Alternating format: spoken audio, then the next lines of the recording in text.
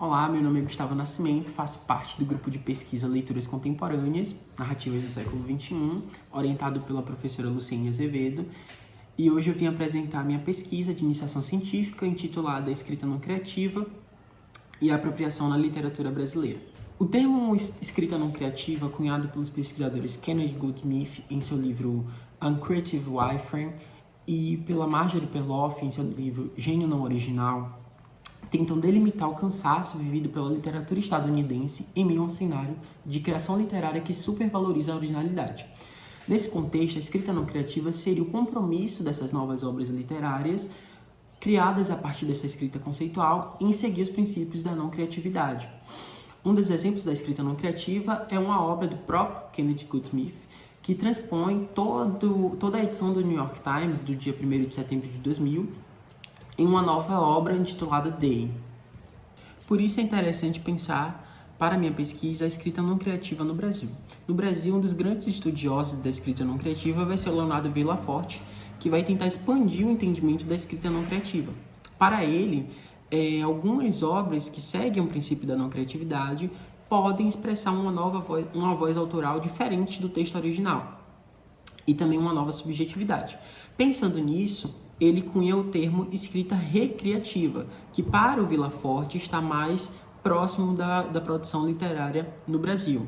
À medida em que teoriza um novo termo, o Leonardo Villaforte também tenta pensar os procedimentos que acercam a sua obra enquanto escritor. As duas obras centrais do meu trabalho são A Natureza da Mordida, da escritora best-seller e publicitária Carla Madeira.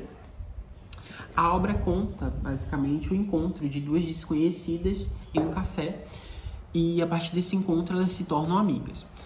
Uma das amigas é a psicanalista e professora de literatura já aposentada, Bia, e a outra amiga é a Olivia, uma jornalista. O romance alterna entre capítulos com as anotações da psicanalista e capítulos que dá a entender que seria a narração da Olivia.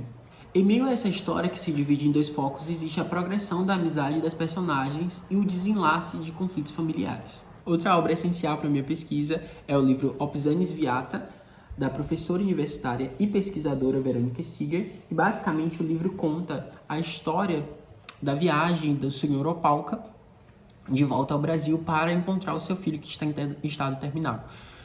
Bom, essa viagem ela acontece em meio ao encontro com diversos personagens que são ali pouco desenvolvidos no meio da narrativa. E essa composição ela é feita com a alternância também entre anúncios publicitários, imagens e também as anotações do filho e a narração da viagem do Opalka.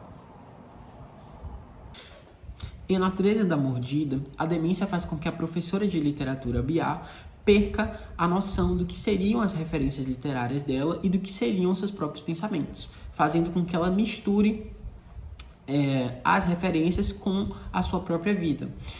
É aí então que aparecem as apropriações, como é o caso de quando a professora precisa se despedir do marido em meio a um conflito familiar e ela diz: "Cê vai ou cê fique, você nunca volte". Frase então retirada do famoso conto do Guimarães Rosa, A Terceira Margem do Rio. No final do livro, a Carla Madeira ela faz uma seção específica onde ela coloca todas as citações da Bia, datando por página e também notificando de onde a obra foi retirada. Já em Opsanis Viata, as apropriações são mais difíceis de identificar, tendo em vista que a autora, ao enquadrar no final a lista em que ela intitula Deveres, não diz exatamente onde ela coloca os objetos de apropriação. Mas tem algo ainda mais instigante na lista em que a Verônica coloca, pois ela coloca também algumas conversas de casa, tentando ali delimitar e questionar mesmo o que seria ou não citável e o que precisa ou não ser citado dentro de uma lista de deveres. Bom, esses são os resultados primários da minha pesquisa e que eu busco aprofundar nos próximos meses, analisando tanto os procedimentos que as autoras utilizam, quanto como essas adaptações entre os termos escrita não criativa, escrita recreativa e os outros tipos de escrita acontecem dentro do panorama da literatura brasileira.